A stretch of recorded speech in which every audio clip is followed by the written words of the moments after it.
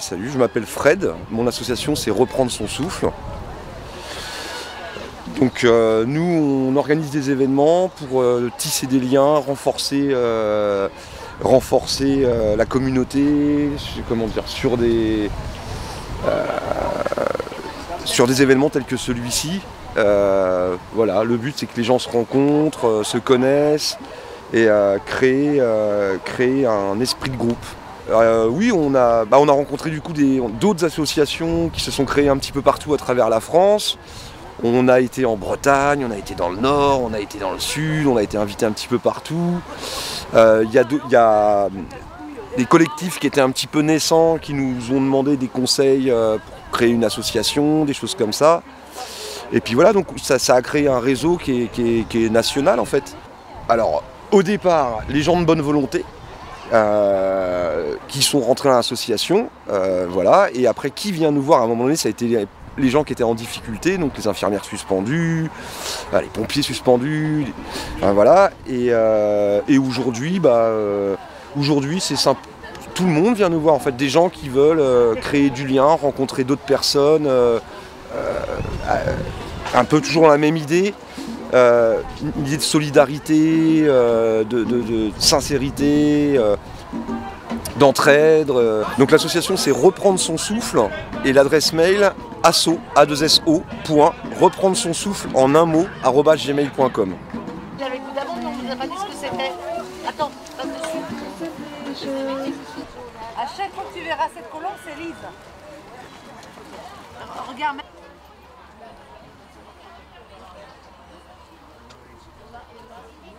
Bonjour, bonjour à tous.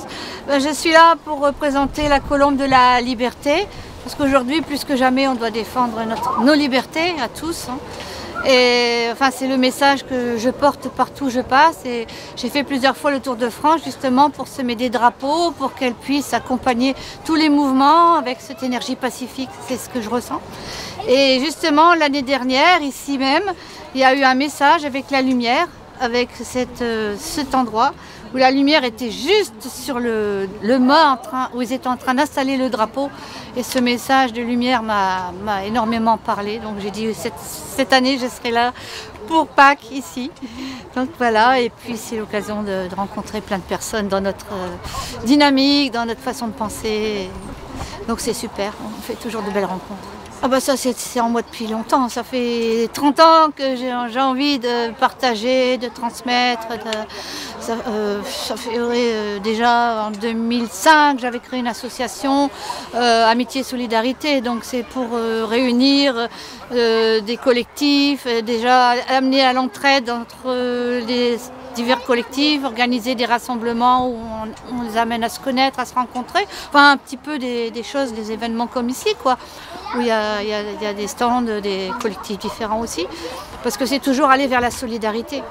Et aujourd'hui, avec les messages que j'envoie, c'est aussi un appel à l'unité, parce que c'est dans l'unité, dans la solidarité qu'on s'en sortira, il n'y a pas d'autre solution. Et il est important aussi de boycotter, parce que boycotter tout ce qui est multinational. Parce que c'est notre pouvoir, c'est ça. C'est notre carte bancaire, enfin notre pouvoir d'achat. Si on le met aux petits producteurs, si on va dans la solidarité, le troc, tout ça, c'est comme ça, dans la solidarité, et arrêter d'enrichir tous ceux qui nous tapent dessus quelque part. Hein. C'est eux qui tirent les ficelles, donc toutes les multinationales, j'appelle au boycott. C'est sur le site de la colombe de la liberté. Il y a des tirets entre chaque. La colombe de la liberté. C'est bon? Voilà. Et sur le site, avec le télégramme, on peut me joindre. Je vais refaire une tournée en France, je pense, au mois de juin, avec une amie. Donc là, sur le site, on mettra les lieux où on pourra nous rencontrer, avec un stand où on pourra partager des infos, des articles, où je fais connaître la colombe maintenant avec des vêtements, et puis surtout aussi les poèmes, où je délivre vraiment des messages. Et sur le site, vous trouvez ces poèmes. Ils sont accessibles à tous. C'est des messages qui peuvent aider vraiment dans les thèmes aujourd'hui, le refoulement, l'acceptation, Enfin, il y a plein de thèmes, on est concerné aujourd'hui par tout ça. Donc ça peut aider, voilà, c'est le message que je peux délivrer.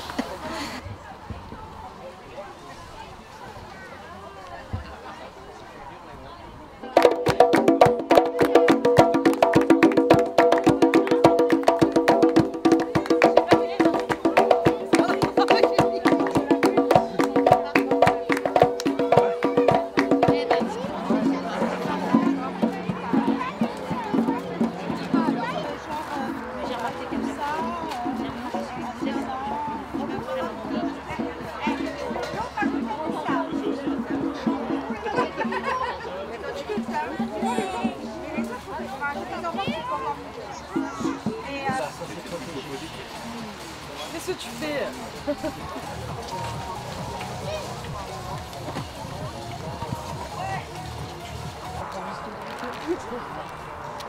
déjà vu la caméra du voisin, mais un peu plus. Bonjour, donc moi c'est Alexis des Mamans Louves. On a voulu créer cette journée, alors on l'avait déjà organisée l'année dernière et on a décidé de la recréer cette année.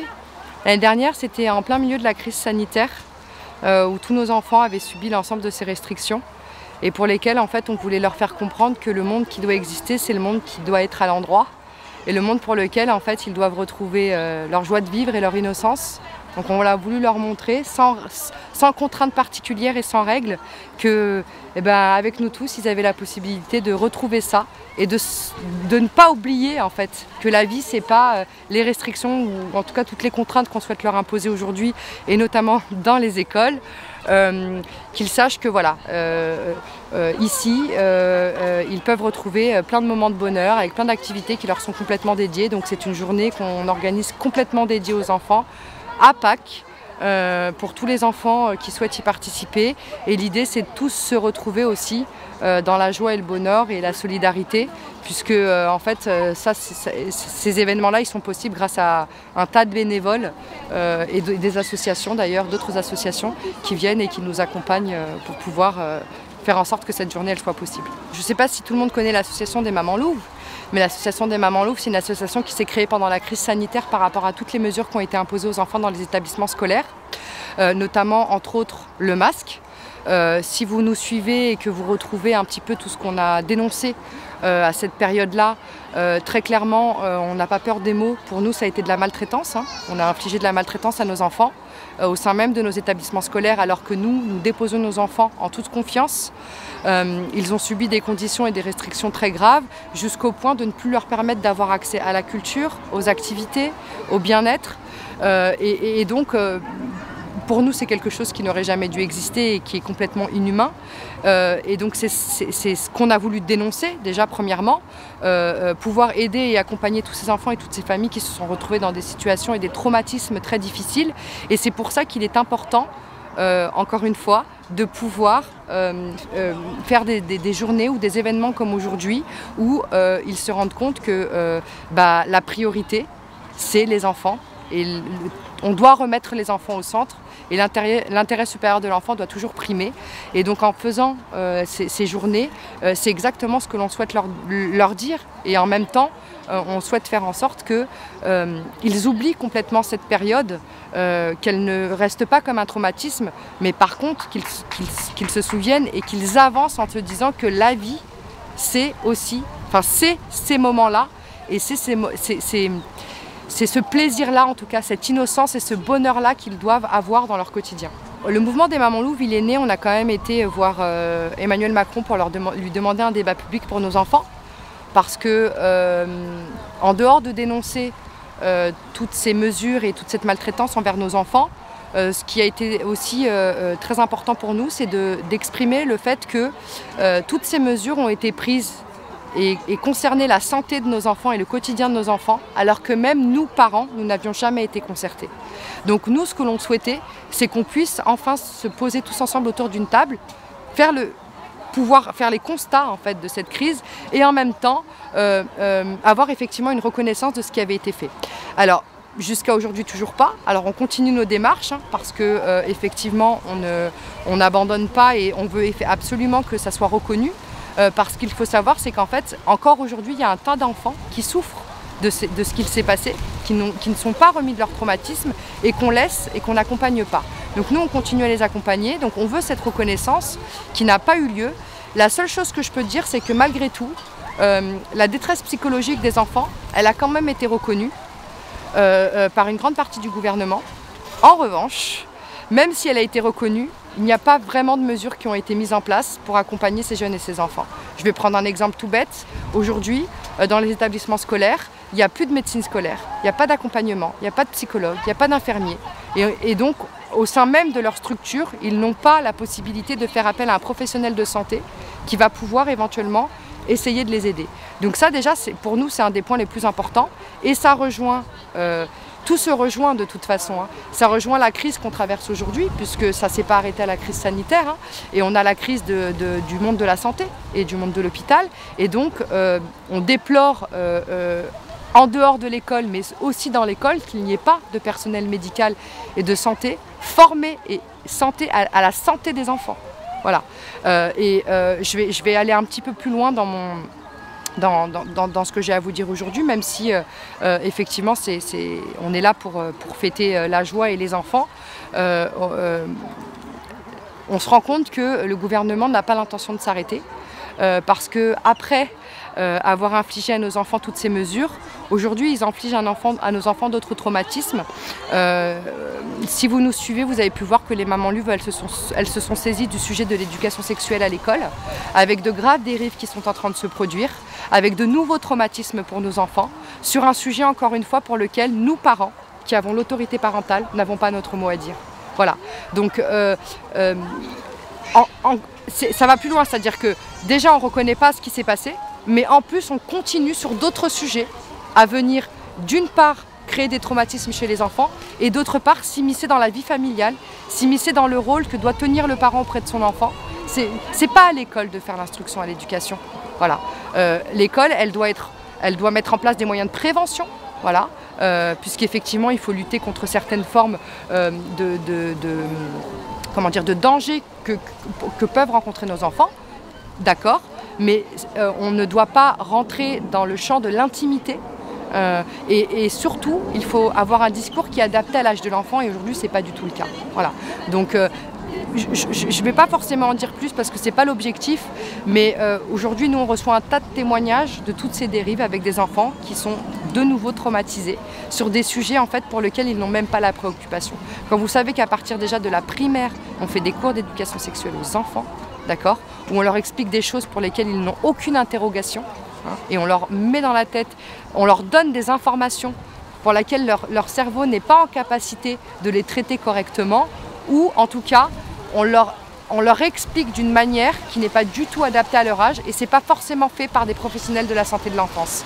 Et c'est là où ça devient grave. C'est comme les mesures Covid, c'est-à-dire qu'on a demandé à du personnel de l'éducation nationale, hein, de contraindre nos enfants à des mesures sanitaires qui avaient des entraves sur leur santé, alors qu'en fait, encore une fois, c'est toujours pareil. On n'avait pas en face des professionnels de la santé de l'enfance qui étaient là effectivement pour savoir si telle ou telle mesure elle pouvait être adaptée à un enfant et est-ce qu'on devait la mettre en place ou pas. Voilà. Donc, voilà, il y a plein d'autres sujets, mais il y a vraiment plein d'autres sujets parce que malheureusement il faut qu'on garde un œil bien éveillé. Moi j'incite tous les parents vraiment. Je demande, l'idée c'est pas forcément que le premier engagement, je pense, en fait, c'est ça que je veux dire, c'est déjà juste d'être vigilant et de veiller au bien-être de son propre enfant et d'aller chercher l'information. Parce que, par exemple, sur ce sujet dont je vous parle, les 3/4 des parents ne savent pas que ça existe. Et pourtant, il y a des lois qui les encadrent, il y a des obligations que doivent respecter les fonctionnaires de l'éducation nationale. Et le problème, c'est que, encore une fois, comme nous, la plupart des parents n'en sont pas informés, on ne se rend pas compte qu'effectivement, il y a des dérives. Et donc voilà, juste en tout cas nous on vous donne accès à cette information, donc il ne faut pas hésiter à la prendre pour pouvoir effectivement être vigilant et veiller à ce que sur nos propres enfants il n'y ait pas de dérive possible, parce que là encore une fois on parle d'une forme de maltraitance finalement, hein, on en est là. Voilà. Donc n'hésitez pas à aller voir ce qu'on fait, on est pleinement sur ce sujet, de la même manière que les mesures sanitaires, on marque à la culotte le gouvernement. parce qu'il faut absolument qu'il y ait une partie, nos gouvernants d'une part, mais aussi nos parlementaires, au même titre que ce qu'on fait pour les soignants par exemple, ils s'emparent de ce sujet-là et il faut qu'on arrive à soit... il y a un flou autour de cette loi qui fait qu'il faut absolument qu'on arrive à la réencadrer avec des mesures beaucoup plus claires et beaucoup plus adaptées, avec un cadre mis en place par des professionnels de santé et pas par des enseignants par exemple. Voilà. Donc vraiment c'est important qu'on le sache. Et donc voilà, comme je disais, il y a plein de sujets, mais aujourd'hui le sujet d'actualité dans l'école qui, pour nous en tout cas, que nous avons décidé de prendre en charge aujourd'hui, c'est celui-là. Donc, et on accompagnera toutes les familles qui en ont besoin, comme on l'a fait pendant la crise sanitaire. Donc, vous nous retrouvez sur le site mamanlouve au pluriel toutattaché.org. Vous nous retrouvez également sur Facebook. C'est Maman Louve en action, pardon. On a le Twitter Maman Louve, on a l'Instagram Maman Louve, donc vous pouvez vraiment nous retrouver par tous les réseaux. On essaie d'être présent partout et d'avoir des équipes qui effectivement puissent vous répondre quotidiennement. Voilà. Et toutes les informations, on les partage à travers notre site. On est structuré au niveau national et au niveau régional avec des groupes départementaux. Donc normalement, dans votre secteur, vous trouverez toujours un groupe de Maman Louve qui sera prêt à vous accueillir et vous accompagner et être là pour vous soutenir si c'est nécessaire. Voilà. Voilà ce que je peux dire. Merci beaucoup, en tout cas. Merci Léopold. Et là, c'est en train de recommencer avec toi. Merci pour ce soleil, hein. Franchement c'est vraiment très agréable. C'est la bonne température idéale pour pouvoir exprimer tout ce qui est exprimé aujourd'hui autour de cette journée. On est bien d'accord. Merci de me mettre en lumière. Merci. Malgré le beau soleil, il y a avec mon ami. Un peu notre pédagogie, qu'il faut exprimer les choses autrement. Essayer de... Encore plus fort, on est plus fort. Ouais. Ah oui, plus fort. On a un peu dur de la feuille.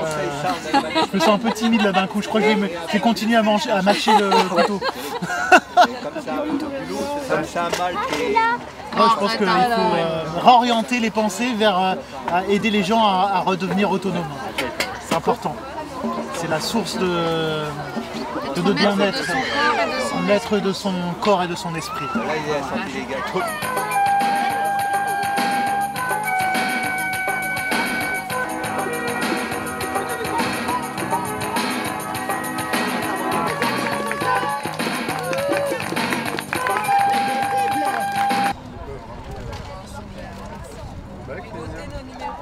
Ouais, j'ai pris les coordonnées. Ouais. Un rouge, ouais.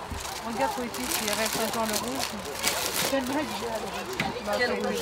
Le petit rouge comme ça. Ah, le petit rouge. Ouais. Vous avez donné à quelqu'un? Ah, Maurice. C'est pas. Regarde. Vous avez trouvé ça Qu'est-ce qui se passe, ces demoiselles? Oh, voilà, vous mettez bien. Vous mettez bien. Ça a plu les cadeaux? Tenez ton cadeau? C'est quoi ça? Alors oui, il a déjà eu son cadeau, mais bon. Bonjour, donc nous c'est l'association Collectif Logement pour les défenses des libertés fondamentales. Donc aujourd'hui on a été invité par Reprendre son souffle, qui est un collectif et qui a organisé cette journée avec plusieurs associations et collectifs et des citoyens lambda pour la journée des enfants et aussi de se retrouver autour d'une journée conviviale malgré qu'il y a de la pluie, mais on est là et ça s'est super bien passé. Et puis il y a eu des jeux, c'était ludique, les enfants ont pu s'amuser, avoir des cadeaux, manger, boire et se maquiller, donc c'est top. Reprendre son souffle, c'est la deuxième année consécutive qu'ils le font. Nous on a l'habitude de la faire dans le 78 avec plusieurs personnes de toute l'Île-de-France. Et aujourd'hui du coup c'est le moment de reprendre son souffle, d'organiser, donc on est venu, ils nous ont invités et on est venu se réunir et c'est un moment aussi de convivialité, de partage et surtout de solidarité. Il y avait la Colombe de la Liberté, il y avait les Mamans Louves avec Alexis, il y avait Reprendre son souffle, il y avait nous, il y avait d'autres petits collectifs aussi, des Gilets jaunes, donc oui on dit allez 8, 9, 10 petits collectifs. Voilà, la pluie malheureusement a pas laissé du monde venir, mais là il y avait facilement, franchement, à tout casser, On était une centaine, 150 personnes en gros, avec les va-et-vient depuis ce matin. S'ils veulent passer un bon moment de convivialité, sans préjugés, et un moment de détente totale, vraiment avec des belles personnes, c'est vraiment le lieu de venir ici, partager vraiment le partage total et de laisser leurs enfants courir, s'amuser. Voilà, c'est une petite fête foraine en pleine nature et surtout le lieu est magnifique. Alors nous, l'association collective Blouse Blanche, notre lutte elle est là pour la défense des libertés fondamentales, pour les soignants suspendus et pompiers et métiers assimilés, donc ils sont en grosse situation de précarité. Donc on appelle aux dons, encore aux dons pécuniaires, aux dons alimentaires, aux dons de vêtements, aux dons de beaucoup de choses, tout ce que les gens aimeraient donner en bon état ou quasi neuf, de nous joindre, donc soit par téléphone, donc vous avez les coordonnées juste ici, donc vous avez le 07 68 54 96 72, soit par mail pour les gens qui sont plus mailing, info.blouseblanche@protonmail.com. Et on a les réseaux, donc on demande aux gens de s'abonner à nos réseaux et à nous suivre et à nous partager aussi, car les libertés fondamentales et le libre arbitre ne s'arrêtent pas là.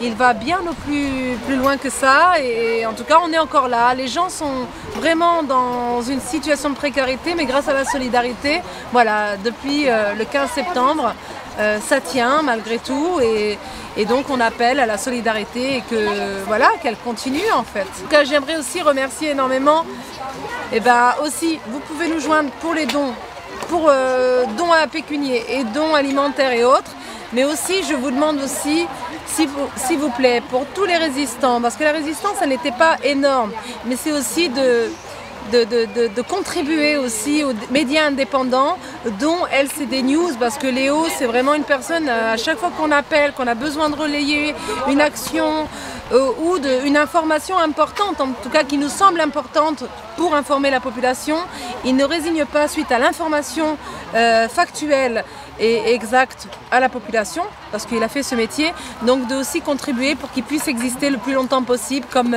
média, comme Taragui avec Norma et François aussi, voilà, contribuer à ces médias qui sont médias indépendants, qui pourront vivre qu'avec les cotisations. Alors 1 € peut-être c'est pas grave pour vous, c'est rien, mais c'est énorme pour eux, donc n'hésitez pas.